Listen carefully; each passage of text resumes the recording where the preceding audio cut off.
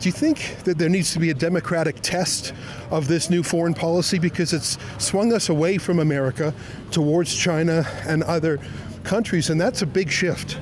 Well, I think you need to adapt. I mean, you and I would agree that the world has changed significantly in the last few months. I mean, I think it's something you and I can agree on. The work that we will continue to do is to diversify supply chains while continuing to stand up for Canadian interests at every turn. Thanks for saying hello. I'm Ezra Levant. Yeah, I've seen you before, I think, no? I've seen you in not often. Canada on Yeah, TV. we just said hello to Justin Trudeau. Did you know he was here? I've heard of it, but I've not seen it. He's here with Katy Perry. They look great together. Well, listen, if you say so. Can I ask you a question about China and Qatar? Both of those countries have human rights records, and you guys didn't emphasize that publicly. Did you raise that privately with them? What I would say, every G7 countries have found a word to engage in a strategic fashion with China, for example, with eyes wide open, and Canada is no different. So, we just remain very true to our own values, but at the same time, as you've seen with all our G7 partners, people find a way to engage with China. But a lot of the deal with China is... What would be the Thank you so much. I appreciate that. No, but that's okay. Thank you very much, Minister. He's on TV. I just need to know where I'm going. I'm not asking unfair questions, I don't think. Listen, I'm working with you. Thank you for that. I'm working with you. Now, Doug Ford says that Chinese-made electric vehicles have spyware in them. I think he's talking about the cameras and sensors that go through Chinese servers. I call it the spy car that they're bringing in, and they won't be allowed to get over there. And it's going to tick off the Americans. 80% of our autos are going down there. But now throw China in here for what? They aren't going to manufacture here. So it's just a terrible, terrible, miscalculated decision by the Prime Minister. What do you think about that? Is that a risk? I think you would have to ask him. Israel recently limited Chinese electric vehicles that its officers can drive because they were worried about that threat. Do you think that it would be wise to have a limit that no Canadian forces could drive a Chinese-made EV? Well, like I said, it's eyes wide open.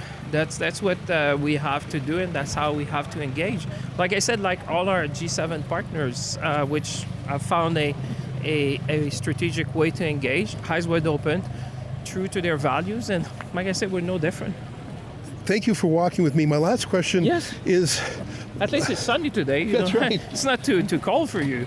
The foreign minister said that Canada has a new foreign policy. That's quite a bold thing to say. Not long ago in your Indo-Pacific strategy, you called China a global disruptive power. Do you still believe that's the case, or has your language around China softened?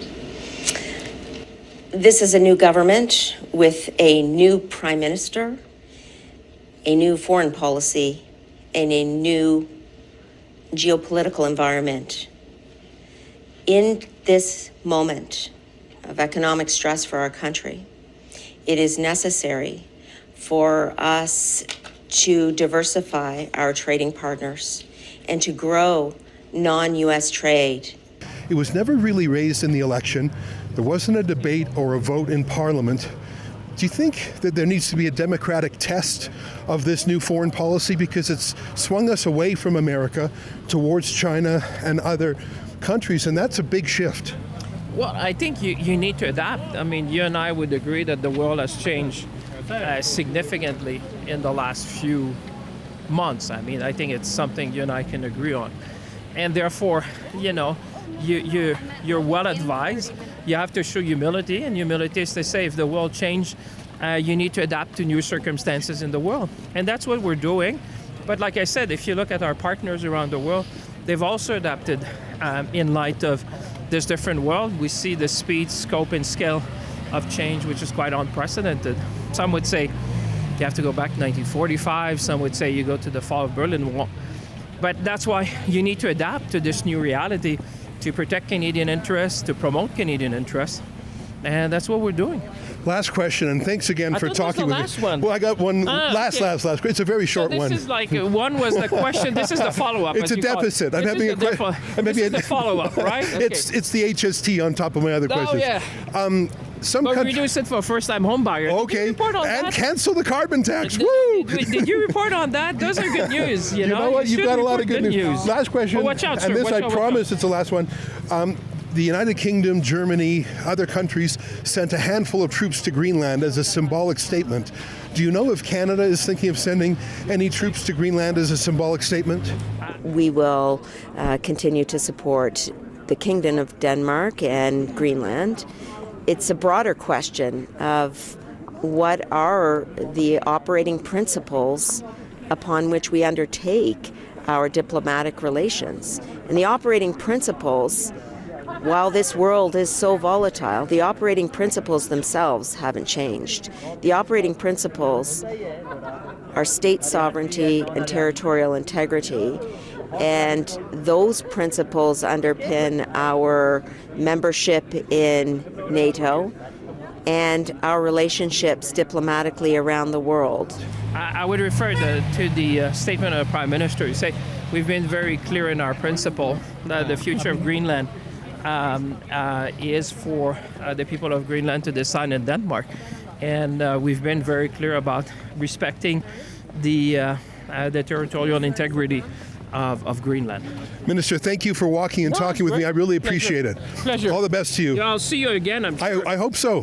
Thank you, Minister. You've done a great job. Be careful because it's tough to walk backwards.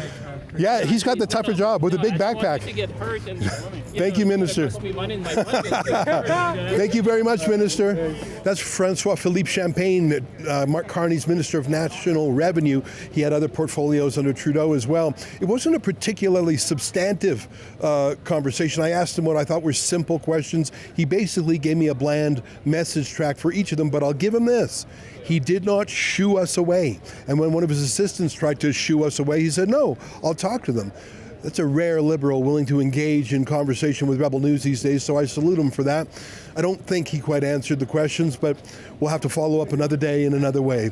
For now, I'm Ezra Levant in Davos at the World Economic Conference, and let me tell you, you bump into VVIPs, it's probably more VIPs per square foot here than anywhere else, and he didn't have security, he had one assistant, and he was willing to talk. Very interesting. If you like our work, go to wefreports.com. You can see it all, and if you want to chip in to cover our cost to get here, you can do that at wefreports.com as well.